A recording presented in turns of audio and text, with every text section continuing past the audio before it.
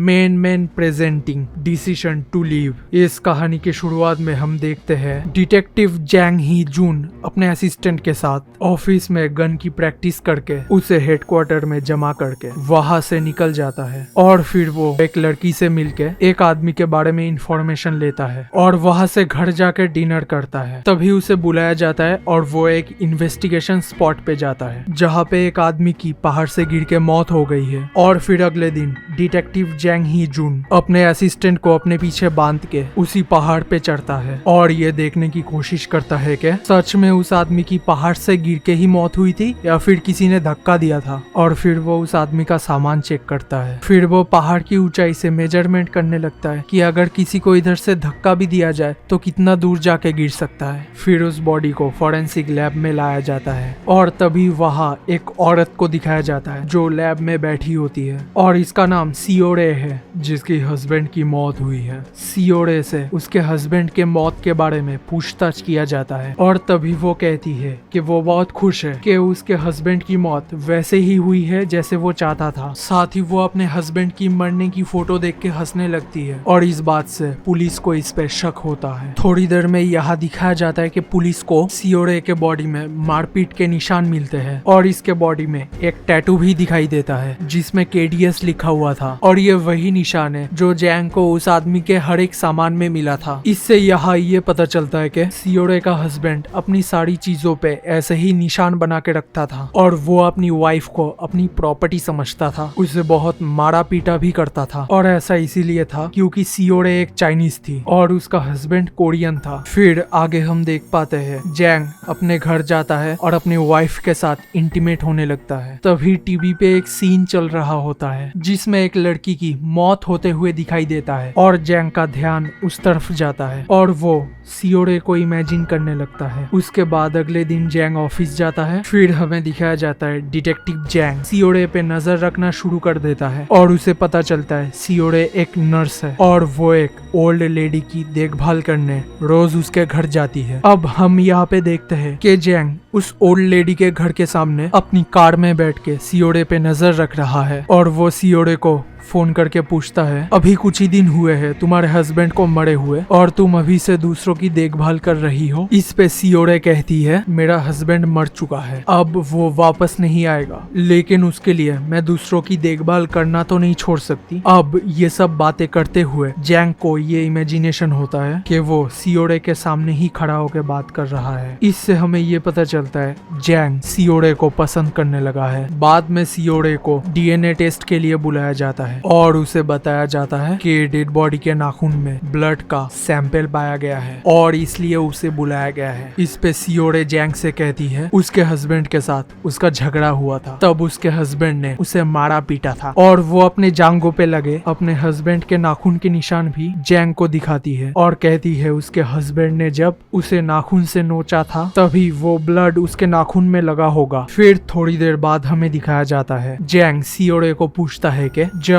बहुत सारे Chinese refugees को कोरिया से वापस भेजा गया था तभी वो अपने कंट्री में वापस क्यों नहीं गई। सियोरे कहती है उसके दादाजी ने वहाँ वार पे हिस्सा लिया था इसीलिए वो लोग कोरियन भी है। अब इस बात से पता चलता है कि सियोरे ने उस आदमी से कोरिया में सिटीजनशिप पाने के लिए शादी की थी। अगले सीन में हमें दिखाया जाता है जैंग एक और क्रिमिनल को पकड़ता है जिसका इस केस से कोई संबंध नहीं है, लेकिन जैंग उसे एक क्रिमिनल की तरह ही ट्रीट करता है। अब इस बात पे जैंग के असिस्टेंट को बहुत गुस्सा आता है क्योंकि जैंग उसके साथ एक क्रिमिनल जैसा बिहेव कर रहा है, लेकिन सियोरे के केस में ऐसा वो नहीं करता, जो कि कुछ हद तक सही भी होता है क्योंकि जैंग जानबूझकर सियोरे की कुछ बातों को नजरअंदाज करता है और ये बात सियोरे को भी पता चल जाता है कि जैंग उसे पसंद करता है। बाद में जैंग को उसके असिस्टेंट से पता चलता है सियोरे ने अपने दादी को भी मारा था। जैंग के पूछने पर सियोरे कहती है उसके दादी ने ही उससे कहा था कि वो हॉस्पिटल में मरना नहीं चाहती, इसीलिए उसे ऐसा करना पड़ा। अब धीरे धीरे सियोरे भी जैंग को पसंद करने लगती है। अब वो दोनों कभी कभी एक दूसरे के साथ घूमने भी जाते हैं। इस दौरान जैंग एक दिन सियोरे से मिलने उस लेडी के घर जाता है और वो ओल्ड लेडी अपने मोबाइल पे कुछ गाना सुनना चाहती थी। जैंग उनकी मोबाइल पे गाना चला के देने जाता है, तभी उसे उस मोबाइल में वो एप्लीकेशन नजर आता है जिससे स्टेप्स काउंट होता है और जैंग नोटिस करता है उस पे 26/10/2020 को 138 स्टेप्स स्टेप्स काउंट हुआ है। अब जैंग को शक होता है ये लेडी तो पिछले 10 सालों से चल भी नहीं सकती, तो फिर ये 138 स्टेप्स कौन चला था। फिर जैंग को याद आता है उस दिन सियोरे के पास भी ऐसा ही एक फोन था। अब जैंग को सियोरे पे शक होता है और वो उस बिल्डिंग के सामने सीसीटीवी चेक करता है जिससे वहां आने जाने वालों का पता चले, लेकिन सीसीटीवी में उसे कुछ भी पता नहीं चलता। फिर उसे अंदाजा होता है उस दिन सियोरे ने उस ओल्ड लेडी के फोन के साथ अपने फोन को बदल दिया होगा ताकि पुलिस जब उसके फोन को ट्रैक करे तब पुलिस को उसी ओल्ड लेडी के घर का ही लोकेशन मिले और उस ओल्ड लेडी के फोन को लेके वो पीछे के दरवाजे से बाहर निकली, इसीलिए सीसीटीवी में उसका कोई फुटेज नहीं मिला। और फिर वो उसी पहाड़ी पर एक दूसरे रास्ते से चढ़ती है जहाँ उसका हस्बैंड गया था और फिर वो अपने हस्बैंड को पीछे से जाके धक्का देके उस पहाड़ी से नीचे गिरा देती है। और इस बात को प्रूफ करने के लिए जैंग भी उसी रास्ते से उस पहाड़ी पे चढ़ता है और उसे भी 138 स्टेप्स ही लगते हैं। तभी वो समझ जाता है कि सियोरे ने ही अपने हस्बैंड को मारा था। फिर जैंग सियोरे के घर जाता है, उसे इस बारे में पूछता है। सियोरे जैंग को सच्चाई बताती है और फिर जैंग सियोरे से कहता है मैंने इस केस के बहुत सारे सबूतों को ऑलरेडी जला दिया है, बाकी आखिरी सबूत वो मोबाइल उसे भी वो समुंदर पे फेंक दे। और इसी दौरान जैंग सियोरे से आई लव यू कहता है। तभी सियोरे जैंग की सारी बातें अपनी मोबाइल पे रिकॉर्ड कर लेती है ताकि बाद में जैंग जब इस केस को रीओपन करे तब वो उसे ब्लैकमेल कर सके। अब यहाँ से कहानी शिफ्ट होती है 13 महीने बाद, जहाँ हमें दिखाया जाता है उस ओल्ड लेडी का बेटा सियोरे को आके मारता पीटता है और उसे कहता है अगर मेरी माँ को कुछ भी हुआ मैं तेरे हस्बैंड को नहीं छोड़ूंगा और तेरे हस्बैंड ने मुझसे जो कर्जा लिया था उसको अगर नहीं चुकाया तो मेरी माँ को अंतिम श्रद्धांजलि देने से पहले मैं उसे मार दूंगा। और फिर कुछ दिनों बाद सियोरे अपने नए हस्बैंड के साथ लिपो नाम के शहर में शिफ्ट हो जाती है, जहाँ जैंग भी कुछ दिनों पहले अपनी वाइफ के साथ शिफ्ट हुआ था और इन चारों की वहाँ मुलाकात हो जाती है। लेकिन जैंग को ये कोई कोइंसिडेंस नहीं लगता। फिर कुछ दिनों बाद हमें दिखाया जाता है कि सियोरे के दूसरे हस्बैंड का भी मौत हो जाता है। अब जैंग को शक होता है सियोरे जानबूझकर अपने सेकंड हस्बैंड को इस शहर में लेके आई थी ताकि वो उसको भी मार सके और सबूत छुपा सके। लेकिन अब जैंग डिसाइड करता है वो ऐसा कुछ नहीं करेगा और वो इस बार इस केस की प्रॉपर इन्वेस्टिगेशन करता है। जैंग सियोरे से पूछता है उसने अपने दूसरे हस्बैंड को क्यों मारा, साथ ही उससे ये भी पूछता है उसके इस हस्बैंड पे बहुत सारा कर्जा था, साथ ही उसे मारने की भी धमकी दी गई थी। ऐसे इंसान से सियोरे ने शादी क्यों की। सियोरे इस बात का कोई खुलासा नहीं करती। उसके बाद सियोरे को लाई डिटेक्टर मशीन में बिठाया जाता है सच पता लगाने के लिए, लेकिन इससे जैंग को पता चलता है इस बार सियोरे ने अपने हस्बैंड को नहीं मारा है। फिर जैंग एक एक करके उन सब से पूछताछ करता है जिन लोगों से सियोरे के हस्बैंड ने कर्जा लिया था। फिर उस ओल्ड लेडी के बेटे से भी पूछताछ करता है। उसकी बातों से जैंग को अंदाजा हो जाता है शायद इसी ने ही सियोरे के हस्बैंड को मारा होगा और फिर उसे पकड़ लिया जाता है। और फिर जब सियोरे के घर के आसपास के लोगों से पूछताछ किया जाता है फिर उनमें से एक कपल जो लोग उस दिन वहाँ का फोटो खींच रहे थे जिसमें एक लेडी समुंदर में कुछ फेंकते हुए दिखाई दे रही थी और ये सियोरे थी। फिर जैंग सियोरे के घर में जाके उससे पूछता है उस दिन उसने समुंदर पे क्या फेंका था, लेकिन सियोरे ठीक से कुछ जवाब नहीं देती। बाद में जब उसके खिलाफ सबूत मिलते हैं तभी सियोरे बताती है उस दिन जब वो वॉक करके घर वापस आई थी तब उसने अपने हस्बैंड को पूल में मरा हुआ पाया और पूरे पूल का पानी खून के रंग से लाल हुआ पड़ा था। तभी सियोरे अपने हस्बैंड की लाश को ऊपर उठा के उस पूल का सारा पानी रिलीज कर देती है ताकि जैंग ये सब देख के डर ना जाए, क्योंकि पिछले केस में जब जैंग उसके साथ था तब उसे जैंग की ये वीकनेस पता चली थी और साथ ही वो अपने कपड़े भी जला देती है ताकि अगर किसी ने उसे ऐसा करते हुए देखा भी तो वो उसे दोबारा पहचान ना सके। अब कहानी में आगे दिखाया जाता है एक दिन सियोरे एक पहाड़ी पे जाती है और ये बात वो जैंग को फोन पे बताती है। जैंग ये बात सुन के डर जाता है, उसे लगता है सियोरे वहाँ सुसाइड करने गई है और फिर जैंग भी वहाँ पहुँच जाता है। तब सियोरे उसे बताती है